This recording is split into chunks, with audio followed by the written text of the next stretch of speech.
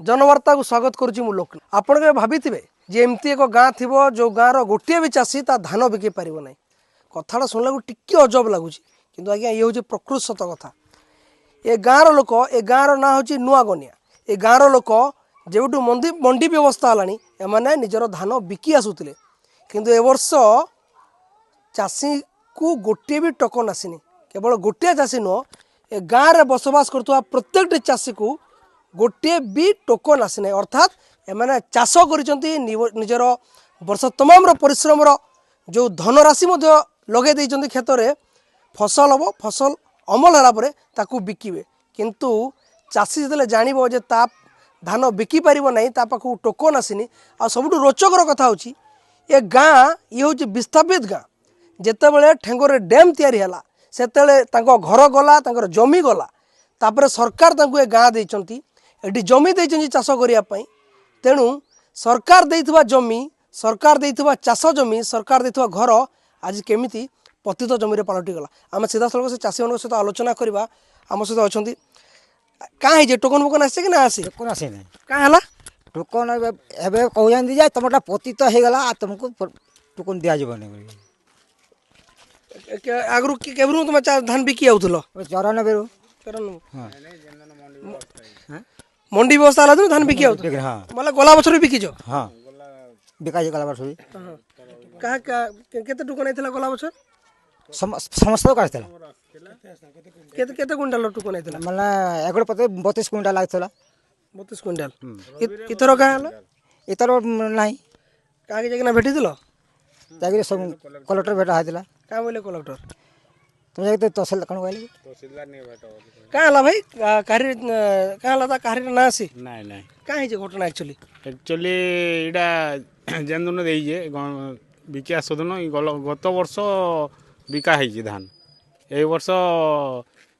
total registration कराइला गोटे भी card आसे नहीं सेटा पतित किसम रे जाउ बोले सेति लागि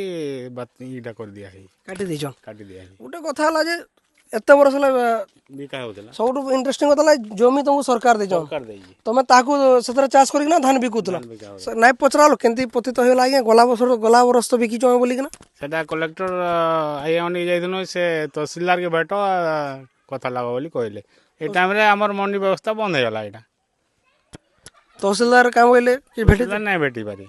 नहीं भेटी पारी मंडी व्यवस्था बंद हो गला इना आउरी अछन जेन माने गाँर चाषी भाई टोको नहीं जे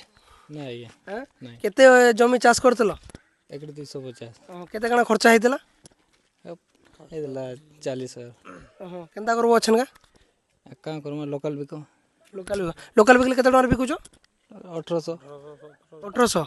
सरकारी दाम 3100 आज्ञा केते आज्ञा आपण जमी बाड़ी केते कणा चाष बास करूजो तो हेंदा तो रहु जे एकड़े बोले माने को 200 प्राय एकड़े पाखा पाखी सेम है 1.5 करोड़ भितरे 1.5 करोड़ भितरे पान पैसा पत्र लागि थवा चाष बास कला लगे हां सब तो लागि जे ना इसिन केंता कणा करबे धान पान बिकना करमा आया देखुजन टुकन तो नायला कार्ड फाड़ कटि गला का करम हंती तो ब्लैक रे बिकु जो हमें 1800 रे बिकु धान बिकु जो 1800 रे खर्चा तो लागू जे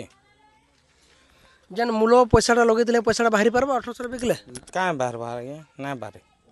केंदी बाहर सब खर्चा बर्चा सब कला बेल के बाहर निश्चित भाव में प्रतिक्रिया नौले जे इंटरेस्टिंग कथा एथर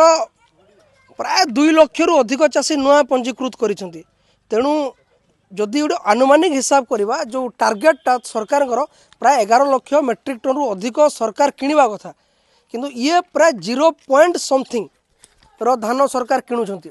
सरकार कहते चाषी बढ़ीगले हे तो जो चाषी अधिक पंजीकरण कर बोधे मूलचाल करने पूरा खाता खतियार ना काटी दि जाए जो सरकार एम जमी देती जो सरकार एम चाष कर अधिकार देती जमी माध्यम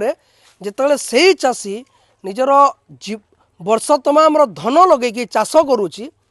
आउ जिते अमल समय आसीगला तो बिकवाई से बाहर आज्ञा से ब्लैक रे बिकुची 1800 टकर सरकारी दाम 3100 800 टंका अधिक बोनस दौचु डिमडिमी पिटुवा सरकार प्रकृति रे ए गाँ को थोड़े आसतु ए गाँ को थोड़े नजर पकातु अंततः ए चाषी मैंने केमती निजर धान बिक्री करें से नहीं ध्यान दिंतु आज्ञा 3100 डिमडिमी पिटुचु बोली भुवनेश्वर कहवा आ विभिन्न राजनैतिक मंचरे कहवा जी सहज से कष्ट जे चाषी जिते तार